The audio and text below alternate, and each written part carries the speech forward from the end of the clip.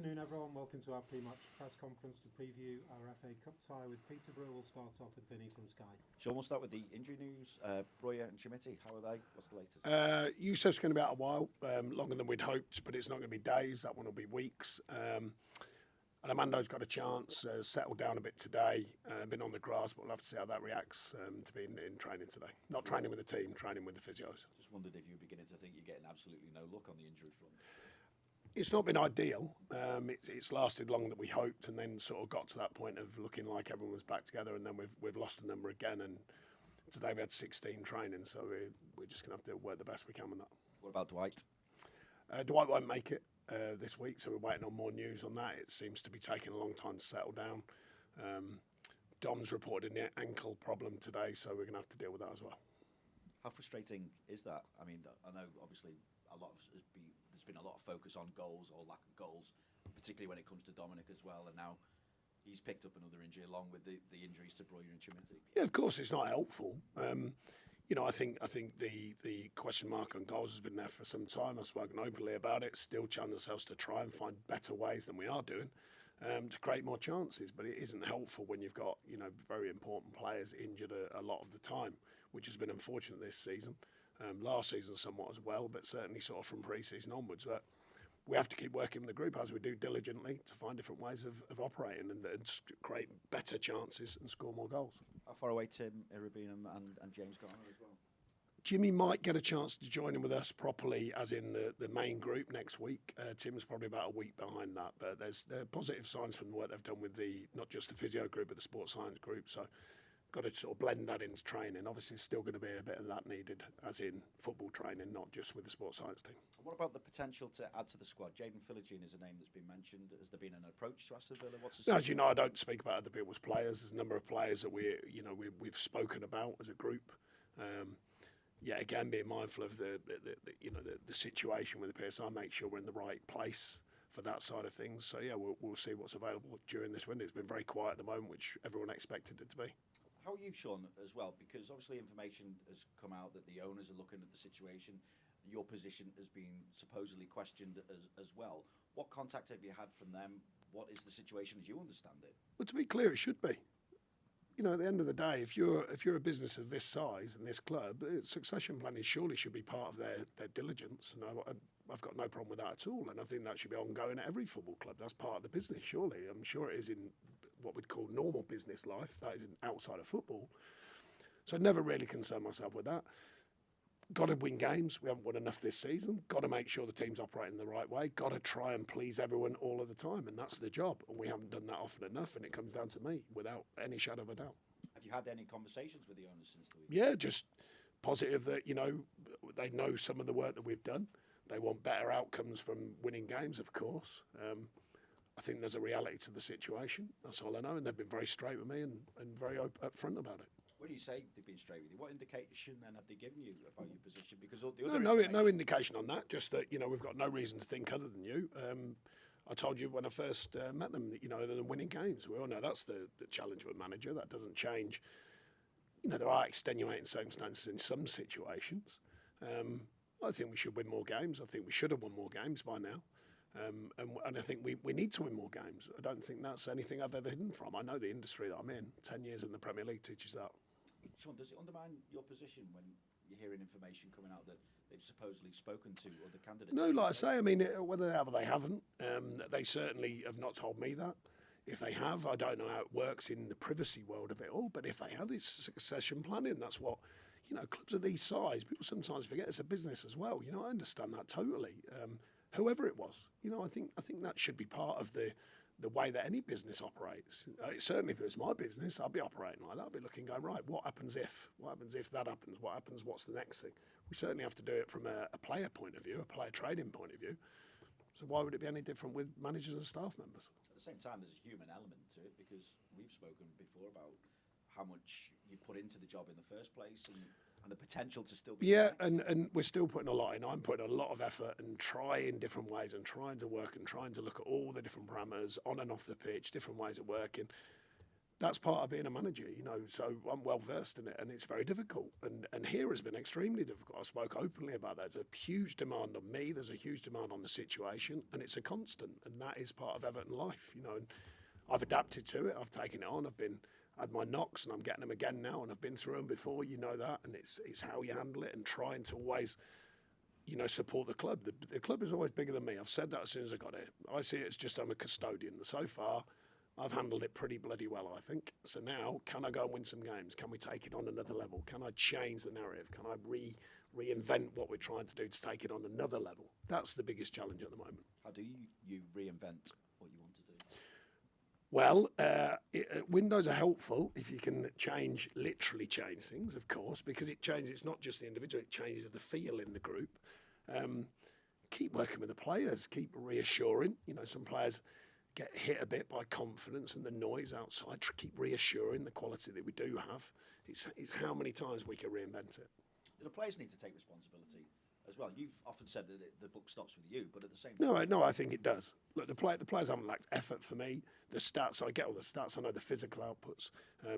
The quality moments that define games, or often define games, they're the hardest thing. They're the hardest challenge for a player. And when it gets tight and everything comes on top, then that's for me to take that the best I can and allow them more freedom. And it's obviously affecting the players because you can see it in their performances. And I think down at Bournemouth, fantastic turnout from our fans once again, but we looked tight. We couldn't really find anything that meant anything in the game, in the forward department. So it does get players restricted a bit. So trying to open that up, give them the freedom to play, give them the freedom in training, different ways, different ways of trying to do that is a massive challenge. Is that a key element that you're seeing, a nervousness almost, a lack of confidence? No, I think the noise has grown very powerful here. It does do. We've had it before. We've had to push that away and move forward again. And the obvious last one was Chelsea game after that, when it was really powerful and we managed to change things around and re-affect ourselves as a group and move forward again. So, we keep working with the group. We keep reassuring, not just as people, but as players, and showing, the good side of what they can do, the good side of what we can do, working on the training pitch. And the diligence is there for everything. It's the performance, and that's the hardest thing. Once that whistle blows, when they're out there, that's when you're hoping all the work and all the stuff that you put into them comes out. So what is the FA Cup in the season? Is it a welcome break from the Premier League? It's just another game that's very important, and it grows with importance. That if you're not winning here, every game becomes massive. So it's just another really, really big game. Darren's someone I know. I value his work. He's been in and out of Peterborough on a number of occasions, but virtually every time he goes in there, he does a great job. They'll come here, looking for that scalp, banana skin, all the rest of it. So, again, we've got to handle that situation, deal with it, and go and perform. Clearly, you want the opportunity to stay here as long as possible. Absolutely. I've worn this badge with as much pride as I can. I continue to do so. Thanks, Sean. Thanks, Vinny. We'll go to Julia. Apart from that, maybe the last game, that you've had some pretty positive defensive performances against some of the bigger teams in the Premier League. Given this is a lower league side in the FA Cup, can you allow yourself to maybe play in a more attacking style? No, we've not been trying not to play in an attacking style, I can assure you. But when you're playing the likes of Arsenal, Chelsea and Man City, it's not that easy. We didn't get to grips with it at all at Bournemouth. We know that. I don't take any team for granted. I don't think I've played in all the levels. I've managed to certainly the top two. You can't take anyone for granted, but it still comes down to us finding the right way to work with and without the ball. The demands of the game stay the same. There's only three things that happen in a game. You've got it, they've got it, and no one's got it. So you've got to get them right, no matter who you're playing against. I spoke to you last week about the goals, and that's been an issue. I'm not sure if you watched TV last night, but there was analysis looking across the Premier League at goal scoring since open play goals since the start of last season, and Everton were considerably trailing in that by more than 20 goals. Who takes the accountability for that? And I again, take accountability for everything. And again, then I ask you, how can that be fixed, that situation? Well, like I said, you're working with players, they're human beings. How can we keep in different ways of remodelling? Now you get to the final third, find the right pass, find the final moment, practice, consistent practice, consistent backing of the players. These are the things that they've been a trend here for a long time. That certainly for 4 or 5, certainly 4 seasons, where that open play stat has been low. It's not like we don't get the stats, by the way. I don't really need to watch TV to get them. We have a department here. Just more the debate last night. Yeah, of course, yeah. No, someone sent me actually. I thought Carr was very fair. He said we were like a team of the 90s, and he played in that era. And I think everyone from that era knows that was probably, arguably, the best era in the current Premier League because of the dynamic, the force in the play to score goals, but also the resistance, not playing 300 passes at the back, playing 300 passes that if you could. Certainly the teams that them guys played in. So, but the fact is that we know the stats and facts. We know they need correcting. And it's a strange sort of situation. You don't think I sit there going, no, everything's all right. It's very rare I've done that here, trust me. So it's a constant work in progress. We know the stats, we know the facts. We endlessly look at the players we've got, how we can use them in different roles, which we've got to do again, of course, because it's still not working. Slightly different against Man City, Arsenal and Chelsea. It's fair to say there's different style of games. It's different. You're not going to very few teams are going to dominate the ball against them. So you do have to be defensively resilient. When it's a team that we think we can open up more, well, what can we do then? Who are we playing? How are they working? What's the dynamic of the group? And it's obviously not where we want it to be. So, of course, we're looking at changes and how we can make it better. You say you wear the Everton badge with pride and you want to stay in this role. Is this FA Cup game important for you personally then?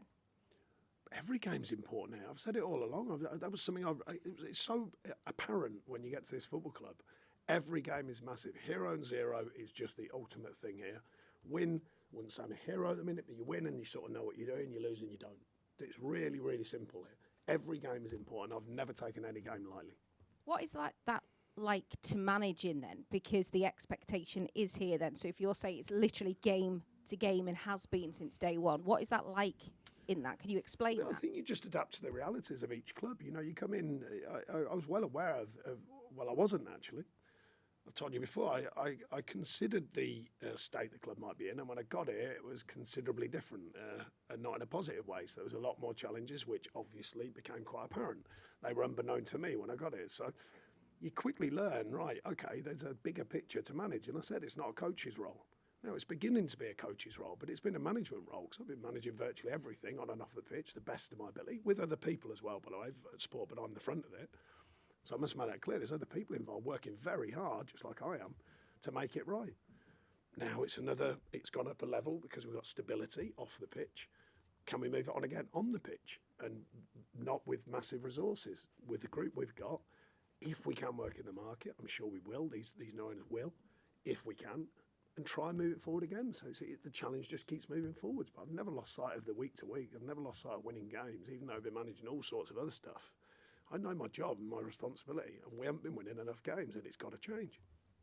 Can I just ask you some claims about Beto? Is he still around at Finch Farm? There is all kinds of claims about all sorts of things at the moment. He was here today training as usual. And I just want to ask you as well, what do you think the fans make of the situation right now? Do you feel the fans are still with you as the Everton manager? They can decide that. I've never questioned our fans. I won't be doing. I've learnt that. I learnt the care for the club, as I do. I've never questioned the fans here, and I certainly won't be doing. If they choose to back me and the team, that would be obviously helpful. If they choose not to, they have freedom to make their choices. Thanks, Julia. Any further questions in the open section before we move on? No? Okay, thanks. Thank you.